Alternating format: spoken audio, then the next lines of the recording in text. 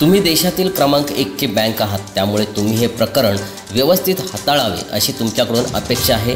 निवडणूक रोख्यांची माहिती निवडणूक आयोगाला कोणत्याही परिस्थितीत उद्याच द्यावी लागेल।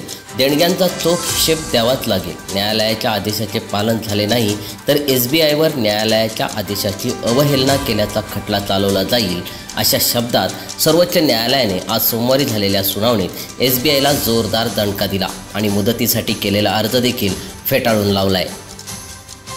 निवडणूक रोख्यांचा तपशील 6 मार्चपर्यंत निवडणूक आयोगाला सादर करण्याचे आदेश SBIला आणि 13 मार्चपर्यंत सर्व माहिती संकेतस्थळावर प्रसिद्ध करण्याचे आदेश निवडणूक आयोगाला सर्वोच्च न्यायालयाच्या 5 न्यायाधीशांच्या घटनापीठाने 15 फेब्रुवारीच्या सुनावणीत दिले होते।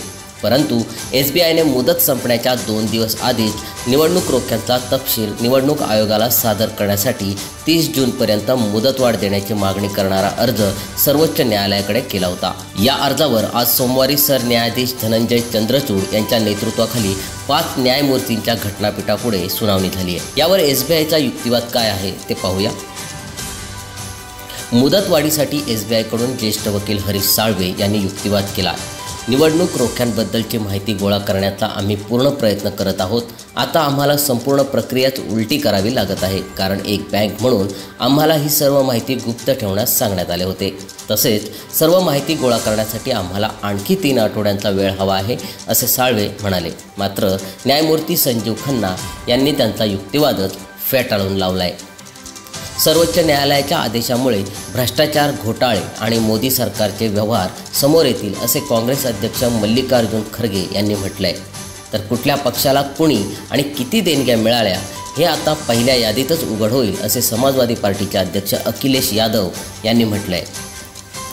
सर्वोच्च न्यायालयाने काय आदेश दिलेत हे पाहूयात। SBIचा अर्ज फेटाळतानाच बँकेने निवडणूक रोख्यांचा सर्व तपशील उद्या 12 मार्चला निवडणूक आयोगाला बंद लिफाफ्यात सादर करावा आणि निवडणूक आयोगाने 15 मार्च रोजी कामकाज संपण्याच्या आधीच सायंकाळी 5 वाजेपर्यंत सर्व तपशील आपल्या संकेतस्थळावर प्रसिद्ध करण्याचे निर्देश सर्वोच्च न्यायालयाने दिले।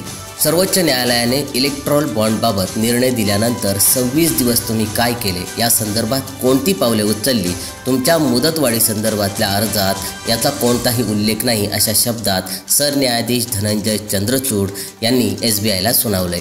तर तुम्हाला निवडणूक आयोगाला सर्व माहिती सीलबंद पाकिटात देण्याचे आदेश दिले होते असे न्यायमूर्ती संजीव खन्ना म्हणाले। तर देशातील हा सर्वात मोठा घोटाळा असल्याचं राहुल गांधी यांनी म्हटलंय। त्याबाबत ते काय म्हणतात ते पाहूया। इलेक्ट्रॉल बॉन्डचा भारताच्या इतिहासातील सर्वात मोठा घोटाळा उघड होणार आहे। 100 दिवसात स्विस बँकेतील काळा पैसा देशात आणण्याचे आश्वासन देऊन सत्तेत आलेले मोदी सरकार बँकेतील डेटा लपवण्यासाठी सर्वोच्च न्यायालयात अक्षरशः डोक्यावर उभे राहिलेत। न्यायालयाच्या आदेशामुळे आता भ्रष्ट उद्योजक आणि सरकारमधील संबंधांची पोलखोल होईल। तसेच मोदींचा खरा चेहरा समोर येईल अशी तोफ काँग्रेसचे नेते राहुल गांधी यांनी डागली आहे। चंदा दो धंदा लो, चंदा दो प्रोटेक्शन लो, देणग्या देणाऱ्यांवर कृपेचा वर्षाव आणि जनतेवर करांचा मारा हेच मोदी सरकार आहे अशी टीकाही त्यांनी केली आहे। सम्राट मराठी लाईव्हसाठी ब्युरो रिपोर्ट, नवी दिल्ली।